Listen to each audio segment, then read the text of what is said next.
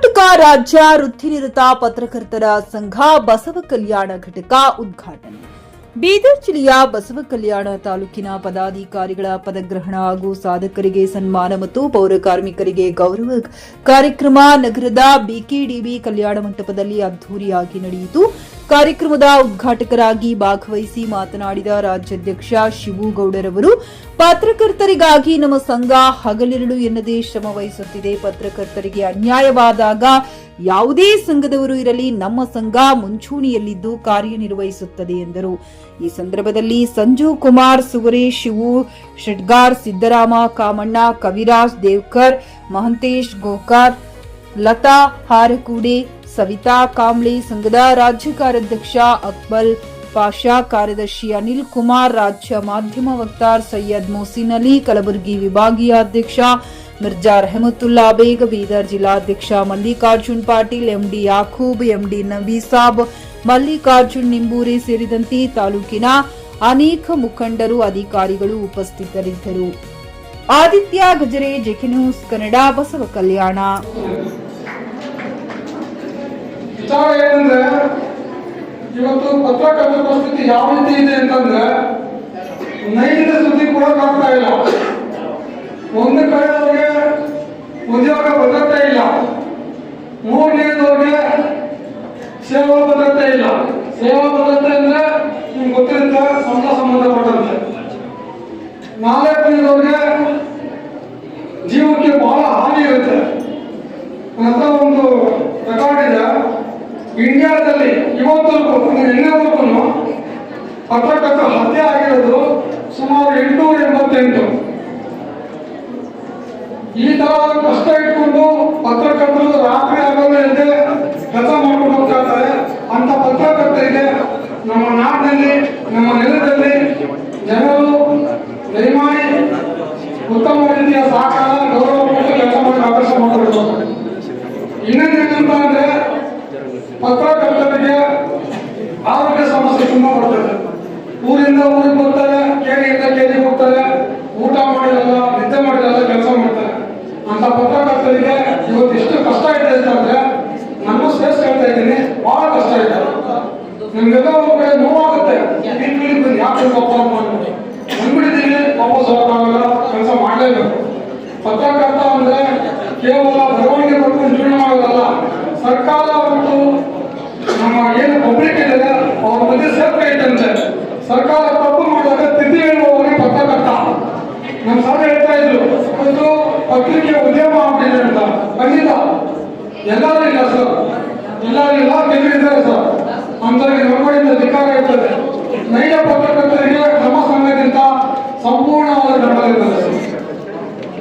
ಅದೇ ರೀತಿಯಾಗಿ ಈ ಒಂದು ಕಾರ್ಯಕ್ರಮಕ್ಕೆ ನನ್ನನ್ನು ಕರೆದು ನಮ್ಮ ಸಂಘಟನೆಗಳಾದಂತಹ ಅಕ್ಬಲ್ ಪಾಷಾ ಅವರನ್ನ, ಅನಿಲ್ ಕುಮಾರ್ ಅವರನ್ನ ಕರೆದು ಉದ್ಘಾಟಿಸೋದಕ್ಕೆ ಆಹ್ವಾನ ಮಾಡಿದಂತಹ ಎಲ್ಲ ನನ್ನ ಪತ್ರಿಕಾ ಮಿತ್ರರಿಗಾಗಿರ್ಬೋದು,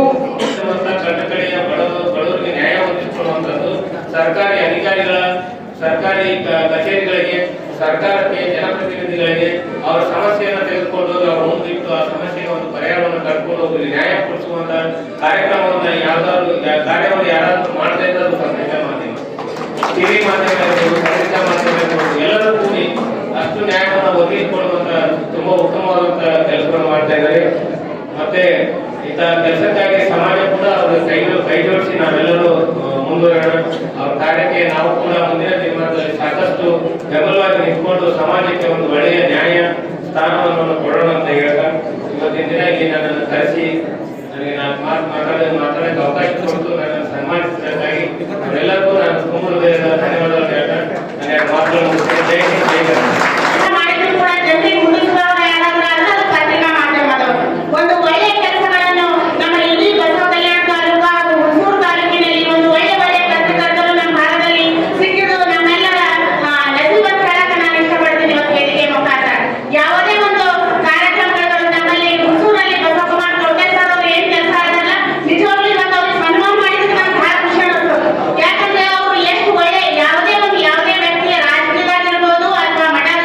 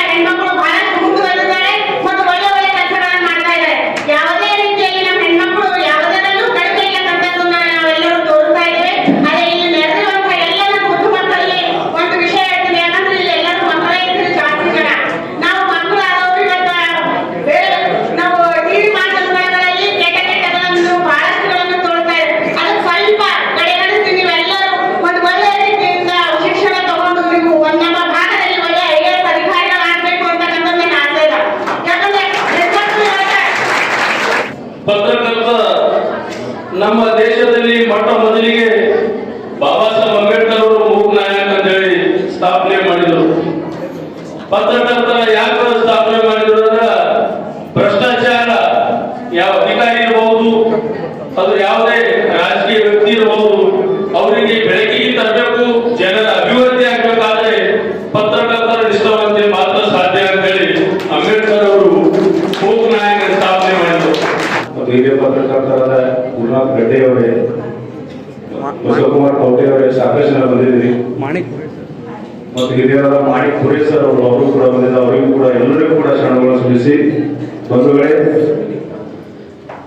ಸಮಾಜದ ಅಂಕುಡು ಅಂಕನ್ನು ತಿದ್ದಿ ವ್ಯವಸ್ಥೆಯ ವಿರುದ್ಧ ಹೋರಾಡಲು ಪ್ರೇರಣಾ ಶಕ್ತಿಯಾಗಿ ಯಾವುದಾದ್ರೂ ಕೆಲಸ ಮಾಡಿಸೋದು ಪತ್ರಿಕಾರಂಗ. ಅಂತ ಪತ್ರಿಕಾರಂಗದ ಪತ್ರಕರ್ತರು ನಿಸ್ವಾರ್ಥ ಮತ್ತು ಸತ್ಯಶುದ್ಧವಾಗಿದ್ದಾಗ ಮಾತ್ರ ಈ ದೇಶದ ಅಭಿವೃದ್ಧಿ ಕಾಣಲು ಸಾಧ್ಯ ಇದೆ. ಯಾಕಂದ್ರೆ ಪತ್ರಿಕೋದ್ಯಮದಲ್ಲಿ ಕೆಲಸ ಮಾಡಿದ್ರೆ ನಿಮ್ಗೊಂದು ಹೆಮ್ಮೆ ಬರ್ತದೆ. ಎಷ್ಟೋ ಜನ ಯಾವುದೋ ರಸ್ತೆ ಇಲ್ಲ ಅಂತ ಒಂದು ಪೇಪರ್ ಸುದ್ದಿ ಬರ್ತಂದ್ರೆ ಎಚ್ಚೆತ್ಕೊಂಡು ಮಾರ್ಕೆಟ್ ಡಾಕ್ಟರ್ ಆಗಿರ್ತದೆ. ಯಾವುದೋ ಇಲಾಖೆಯಲ್ಲಿ ಏನಾದ್ರು ಭ್ರಷ್ಟಾಚಾರ ಆಗಿತ್ತು ಅಂದ್ರೆ ಎಚ್ಚೆತ್ಕೊಂಡು ಅಲ್ಲಿ ಮತ್ತೆ ಏನು ತೊಂದರೆ ಇರೋದನ್ನ ಬಂದಾಗ ಹೋದಾಗ ಬರ್ರಿ ಹೋಗ್ರಿ, ಯಾವ ರೀತಿ ಅಭಿಮಾನ ಏನು ಸವಲತ್ತುಗಳು ಪತ್ರಿಕೆಗಳು ಸಣ್ಣ ತಪ್ಪು ಬಂದಾಗ ಎಲ್ಲ ಅಧಿಕಾರಿಗಳು ಹಿಡ್ಕೊಂಡು ಎಲ್ಲ ಜನರು ಎಲ್ಲರೂ ಎಚ್ಚೆತ್ಕೊಂಡು ಕೆಲಸ ಮಾಡ್ಕೊಡ್ತಿರ್ತಾರೆ. जो जाकर सिस्टम को डराएंगे, जो जाकर पॉलिटिशियंस की बड़ाई करेंगे, उनके लिए एम्प्लॉय बनकर काम करेंगे. मैं हमारे संघ की तरफ से सबका शुक्रिया अदा करता हूँ, खासकर हमारे डिस्ट्रिक्ट प्रेसिडेंट मलिकर पाटिल साहब, हमारे प्रेसिडेंट स्टेट प्रेसिडेंट का बहुत शुक्रिया अदा करता हूँ कि आप सबने मुझे जो बोलने का मौका दिया, और मैं आप सबको मुबारकबाद देता हूँ. ಖರೀದಿಸುವ ಪ್ಲಾನ್ ಇದ್ದೀರಾ? ಹಾಗಾದ್ರೆ ಕೇತಕಿ ಡೆವಲಪರ್ಸ್ ನಲ್ಲಿ ಮೂಲಭೂತ ಸೌಕರ್ಯಗಳುಳ್ಳ CC road, footpath, garden, under drainage, water supply, ಉತ್ತಮ ಪರಿಸರವುಳ್ಳ ಫ್ಲಾಟ್ಸ್ ಲೇಔಟ್ ಲಭ್ಯ. ಬೀದರ್, ಹುಮ್ನಾಬಾದ್ ಸೇರಿದಂತೆ ಹಲವು ಭಾಗಗಳಲ್ಲಿ ಸುಂದರ ಲೇಔಟ್ಗಳಿದ್ದು ಅತ್ಯುತ್ತಮ ಬೆಲೆ, ಇಎಂಐ ಸ್ಕೀಮ್ಸ್ ಅನ್ನು ಲಭ್ಯ. ಹಾಗಿದ್ರೆ ತಡೆಯಾಕೆ? ಹಿಂದೆ ಸಂಪರ್ಕಿಸಿ 7676474747 ಎಂಡಿ ಸಂಗಮೇಶ್ ಚಿದ್ರಿ, ಹುಮ್ನಾಬಾದ್. ಗ್ರಾಹಕರ ಸ್ಯಾಟಿಸ್ಫ್ಯಾಕ್ಷನ್ ನಲ್ಲಿ ನಂಬರ್ 1 ತೃಪ್ತಿಕರ ದೈಹಿಕವಾದ ಹುಮ್ನಾಬಾದ್ನ ಎಸ್ವಿ ಟಿವಿಎಸ್ ಶೋರೂಮ್ ನಿಮಗಾಗಿ ತರುತ್ತಿದೆ ಹೊಸ ಮಾಡೆಲ್ಗಳ ಹೊಸ ಬೈಕ್ಗಳು. ಇಲ್ಲಿ ಟಿವಿಎಸ್ ನ ಸ್ಪೇರ್ ಪಾರ್ಟ್ಸ್ ಹಾಗೂ ಸರ್ವಿಸ್ ಕೂಡ ಲಭ್ಯ. ಹಾಗಿದ್ರೆ ತಡೆಯಾಕೆ? ಹಿಂದೆ ಭೇಟಿ ನೀಡಿ, ನಾಗಲಕ್ಷ್ಮಿ ಧಾಬಾ ಹತ್ತಿರ, ಗುಲ್ಬರ್ಗಾ ರೋಡ್, ಹುಮ್ನಾಬಾದ್. ಹೆಚ್ಚಿನ ಮಾಹಿತಿಗಾಗಿ ಸಂಪರ್ಕಿಸಿ 8494951009.